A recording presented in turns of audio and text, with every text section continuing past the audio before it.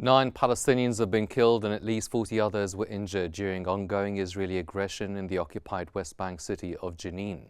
Palestinian news agency sources have reported that Israeli warplanes are involved in the operation, alongside a large deployment of military vehicles storming Jenin from Al Jalame checkpoint. Occupation forces are also reportedly besieging a house in the Jenin camp.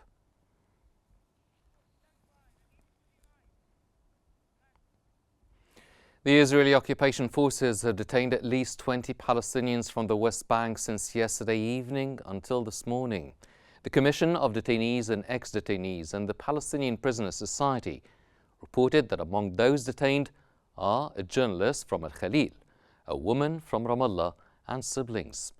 The arrests took place across Al-Khalil, Qalqilya, Ramallah, and Nablus.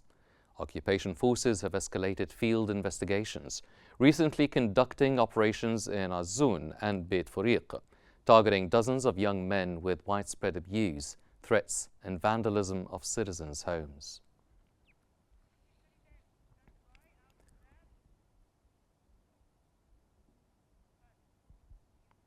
The Palestinian presidency condemned the ongoing Israeli aggression, including recent attacks by extremist settlers on villages in Qalqilya Governorate.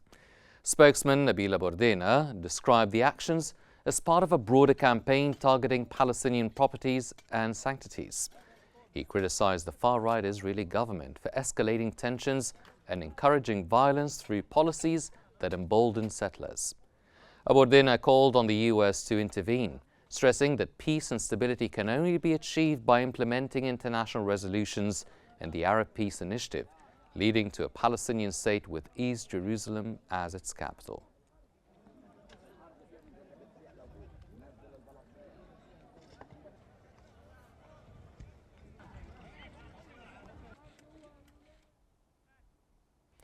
The Israeli occupation forces have tightened the military measures at most of the entrances and exits of the governorates in the occupied West Bank.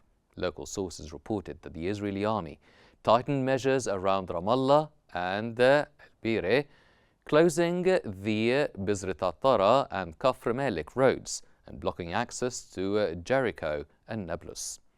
Multiple military checkpoints were set up around Ramallah, inspecting vehicles and IDs.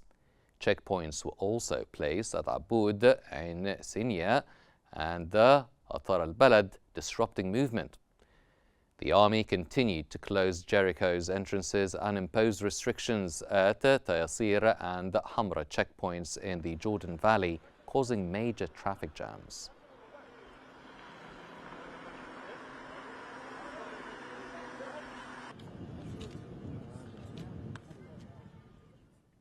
In a post on X, Israeli Prime Minister Benjamin Netanyahu has said the military raid in Jenin is another step towards achieving security in the occupied West Bank. Netanyahu also said it is part of Israel's actions to counter the Iranian axis. Netanyahu added they are acting systematically and decisively against the Iranian axis wherever it extends its reach, whether in Gaza, Lebanon, Syria, Yemen, or the West Bank.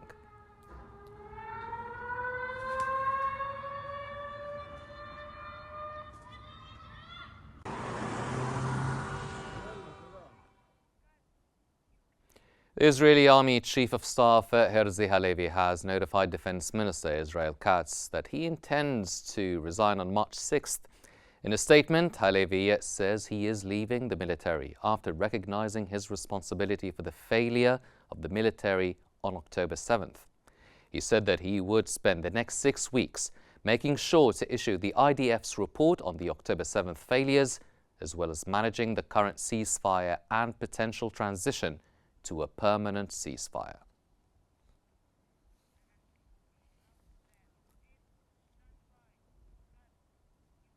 Israel's far-right finance minister Bezalel Smotrich has said Israel's ongoing raid in Jenin is designed to change the security situation in the occupied West Bank.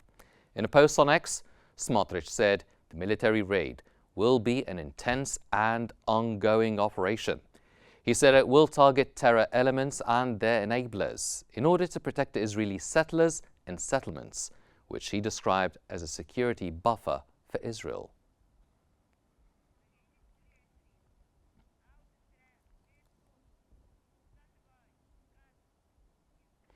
Israeli occupation forces fatally shot a child and injured another yesterday evening in the city of Rafah in the southern Gaza Strip, despite the ceasefire agreement that came into effect on Sunday morning.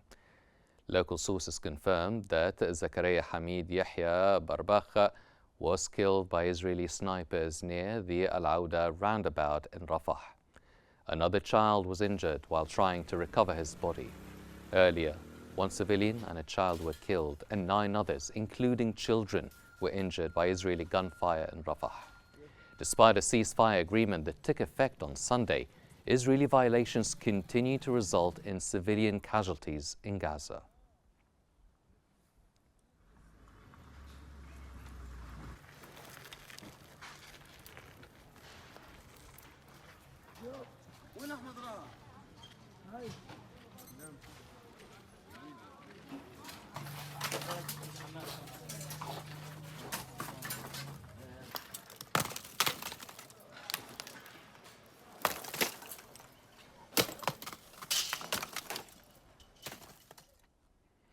The White House has announced U.S. President Donald Trump has rescinded an executive order issued by his predecessor Joe Biden that imposed sanctions on Israeli colonists involved in violence in the West Bank. Trump has rescinded the executive order signed by Biden in February 2024, which added several settlers and groups accused of violence against Palestinians in the West Bank to U.S. blacklists. The order, Executive Order number 14115, sanctioned around 60,000 U.S. citizens, freezing their assets and prohibiting business with them.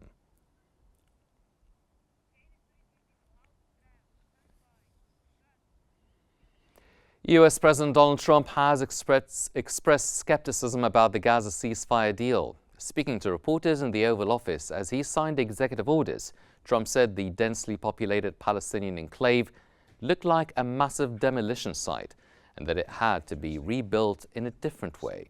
He added some fantastic things could be done with Gaza. Well, it depends. I can't imagine you could have, well, you certainly can't have the people that were there. Most of them are dead, by the way, right? Most of them are dead. But they didn't exactly run it well. Run viciously and badly. So you can't have that. Mr. President, on TikTok, sir, Best weather, everything's good. It's like... Meanwhile, Palestinians in the West Bank and occupied Jerusalem have said they are waiting to see the acts of the newly inaugurated President Donald Trump, unsure that his administration will make a difference. Trump expressed skepticism about the Gaza ceasefire deal on Monday, January 20th, when asked if he was confident that all 3 phases of the agreement would be implemented.